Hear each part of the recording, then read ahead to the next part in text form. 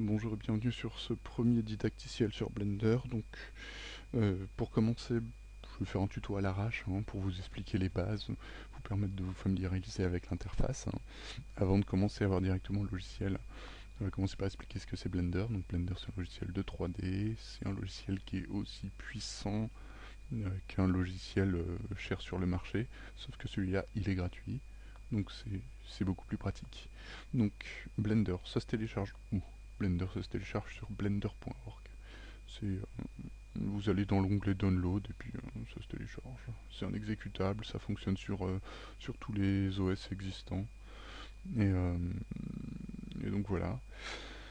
Après, le logiciel en lui-même, le voilà. Donc quand vous l'avez téléchargé et installé, vous arrivez sur cette interface. Moi j'ai une version un peu plus réduite parce que je fais un didacticiel sur une fenêtre plus petite. Donc l'interface que vous aurez c'est ça. Il y aura tout ça.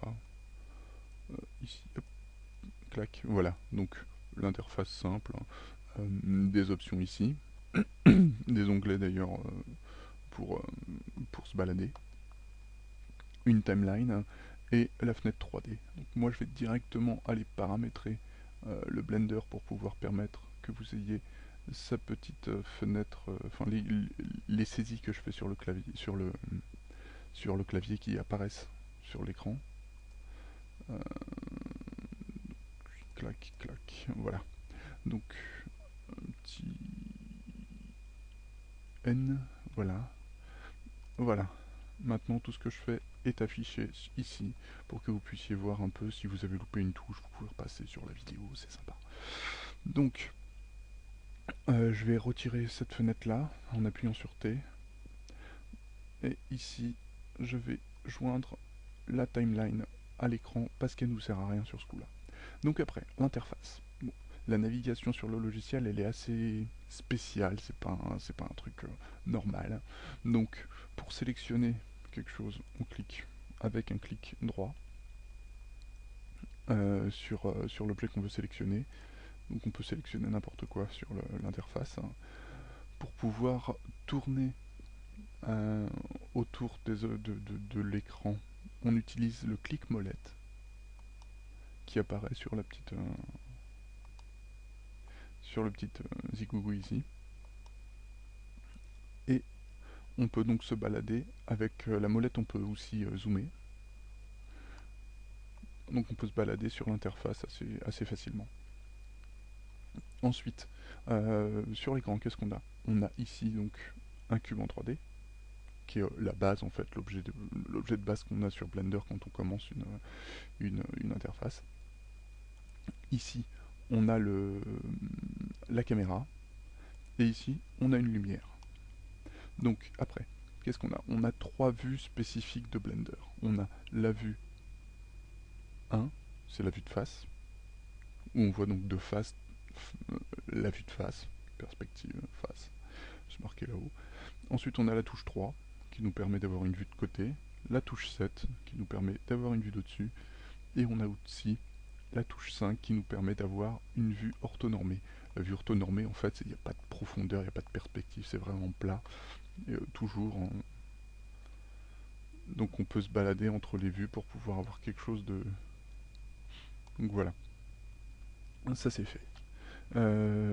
Ensuite, dans l'interface, je ne vais pas vous expliquer tous les menus un par un parce que sinon ce serait trop long à vous expliquer. On les verra au fur et à mesure en fait de ce qu'on fait. Ce sera beaucoup plus pratique. Donc je vais commencer par euh, la touche du milieu, le clic milieu de la souris, clic molette, plus majuscule, ça nous permet de nous déplacer en fait sur les côtés, d'avoir une vue sur les pans, ça s'appelle. Je sais pas trop. Donc la première chose qu'on va faire sous Blender, c'est qu'on va faire une chaise. Pourquoi une chaise? Bon, parce que c'est tout con à faire. Donc on va pas se prendre la tête, on va faire une chaise. Donc j'ai mon objet qui est normal. Je vais en mode édition de l'objet. L'objet maintenant est découpé en trois parties. Les trois parties c'est les points, vertex, les arêtes, edges, et les faces, face. Si je clique droit en étant en mode vertex, Si je clique droit sur un vertex, je le sélectionne. Si je prends majuscule, je sélectionne plusieurs vertex. C'est simple, c'est facile, c'est de la géométrie, là, c'est des cubes, des faces, des arêtes. Euh, donc je peux sélectionner plusieurs arêtes. Si je me mets en vue donc orthonormée, pour avoir la vue vraiment plate géométrique, et que je mets la vue de face, je zoome avec la molette. Je peux, avec CTRL, je peux descendre en fait en respectant les cases qui sont affichées là, les petits rectangles en fait, ça les respecte. Ensuite, je vais sélectionner en dessous les autres arêtes. Je vais faire toujours en vue de face. Je vais redescendre cette partie, enfin remonter cette partie, en utilisant donc oui, le gizmo, c'est le petit truc bleu qu'on a ici. Je clique sur la partie que je souhaite bouger. Si je veux aller en haut ou en bas, j'appuie sur le bleu. Et donc je peux le bouger comme je souhaite. En appuyant sur CTRL, ça me permet de respecter donc la mise au carreau. Je reviens en vue de face. Je peux aussi le déplacer donc sur les côtés. Si je vois que mon déplacement est pas bon, que j'ai déplacé le rouge, je reste appuyé sur le clic gauche, hein, là où j'ai cliqué donc pour pouvoir le sélectionner, et je reclique droit pour annuler mon déplacement. Donc ensuite, qu'est-ce que je vais faire? Je vais appuyer sur N pour avoir la petite fenêtre, c'était pas celle-là, c'était l'autre. Je appuie sur T donc. Je vais sélectionner toute la surface, donc j'appuie 2 fois sur A, et je vais faire Subdivide 2 fois pour pouvoir faire les pieds de la chaise. Je vais aller en sélection de face. Je vais sélectionner les pieds de la chaise. Je vais me mettre en vue de profil 3 et je vais faire E pour extruder. Ça va me permettre en fait de faire une extrusion. Comme vous pouvez le voir, en fait, ça a sorti en fait de la surface les éléments. Ensuite, je vais sélectionner au-dessus avec Mage et je vais encore extruder avec la vue 3. J'ai recliqué droit en fait pour annuler l'extrusion. Donc CTRL, raté, j'ai pas fait E. Donc CTRL E pour extruder, et puis j'augmente là, hop, voilà.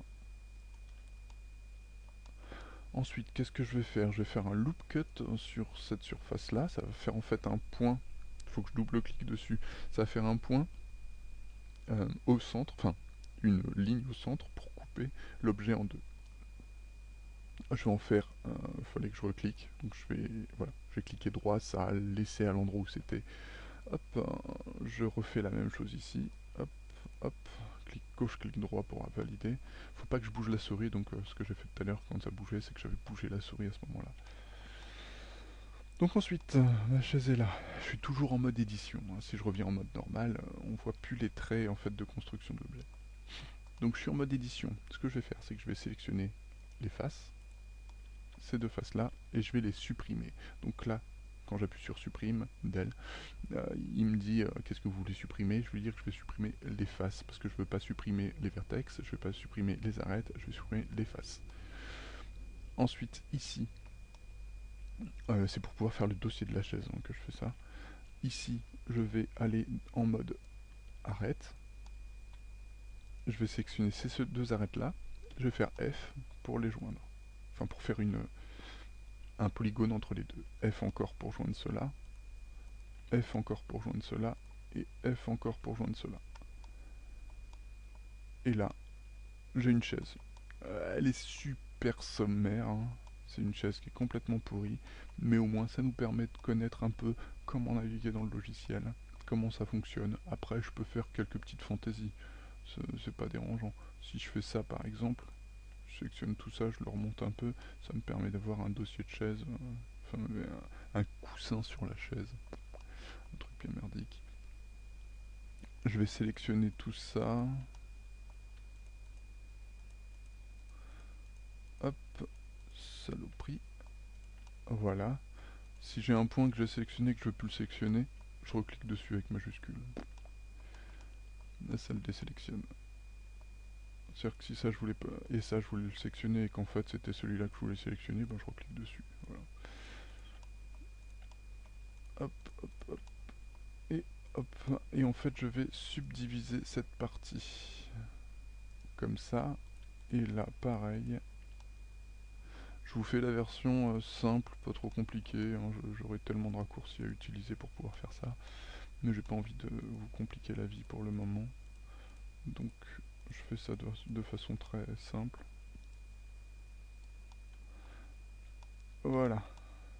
Ensuite, si je veux que ça fasse moins droit, parce que là on voit bien qu'il y a les arêtes qui sont dessinées sur la surface, je vais en smooth. Et ça me fait en fait un truc, c'est pas super pour l'exemple, mais ça fait un truc qui est sympa. Habituellement pour tout ce qui est organique par exemple, c'est une option qui est super pratique. Là c'est une chaise, donc on va les laisser comme ça. Et je vais faire ça. Je vais faire S pour scale, donc ça agrandit en fait la sélection, ça élargit la sélection. Sauf que je vais faire S et je vais aller dans l'axe X, non Y, X ouais, pour pouvoir faire, c'est dégueulasse, SX. Je vais sélectionner ça aussi. Je vous fais vraiment un truc merdique, hein, c'est vraiment, on apprend là. On regarde comment ça se fait, on tâtonne le logiciel pour pouvoir voir comment il réagit, comment ça se passe, comment on fait ça, comment on fait. C'est pratique quand même quoi. Donc on a une chaise, on va lui donner une couleur, juste pour le fun, pour voir un peu à quoi ça ressemble les couleurs. Donc sur cette fenêtre là, je vais aller dans Material, et dans Material, supprimer, je vais supprimer la réfraction. Vous voyez, c'est la petite boule de lumière en fait qui se fait à chaque fois. Donc c'est une boule de lumière qui se fait quand il y a de la lumière qui se reflète dessus. Et on n'en a pas besoin. Ensuite, je vais augmenter la diffuse. C'est la couleur en elle-même, la couleur qui est diffusée par l'objet. Je vais la faire en marron. Hop, voilà. C'est une chose marron. Tout ce qu'il y a de plus simple. Donc maintenant, on a une nouvelle vue que je vais vous expliquer. Je vais déjà déplacer ma caméra. Hop, devant l'objet. Vous voyez, la caméra est devant, un peu sur le côté, près de la... Enfin, la lumière est déplacée sur le côté, près de la caméra, pour avoir une lumière qui donne l'effet. Et ensuite, je sélectionne pas ma caméra, c'est pas utile, mais la vue caméra en fait, parce que vous avez la vue que vous avez ici en fait pour pouvoir modéliser, et après vous avez une vue caméra pour le rendu. Donc la vue caméra, c'est 0 du pavé numérique. Hop. Pour les personnes qui ont aussi un PC portable, ils n'ont pas forcément de pavé numérique. Et donc, pour pouvoir utiliser donc, toutes les touches de vue 1, 5, 7, et 3 et 0, il faut aller dans User Preferences et aller dans je sais plus quoi, interface peut-être. Il y a plein d'options en fait qui sont pratiques, il faudrait regarder un peu ce qu'il y a dedans.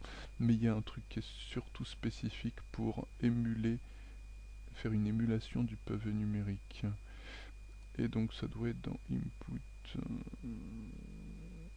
Emulate Numpad, voilà.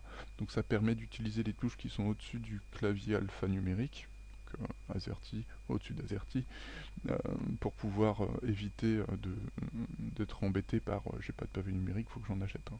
Voilà. Donc, ça vous le cochez en fait, Emulate Numpad, et après vous sauvegardez le User Settings, et ça vous permet d'avoir un pavé numérique en fait, un faux pavé numérique. Donc je suis en vue de caméra, pour voir ce que voit ma caméra et être sûr que ce soit pas merdique. Je vais faire F12, et quand je fais F12 en fait, il fait le rendu de l'image. Donc vous voyez, on a une chaise, elle est dégueulasse, on s'en fout. Euh, Comme je dis, c'est pour apprendre, c'est pour voir comment ça se passe, comment fonctionne le logiciel. Et pour pouvoir sauvegarder le rendu que j'ai fait, je vais dans Files, euh, Save as Images, je vais sur moi ça s'appelle, c'est ma clé USB hein, pour faire tout ça. Et ça s'appelle Tuto Blender Minecraft. Je l'appelle rendu 1.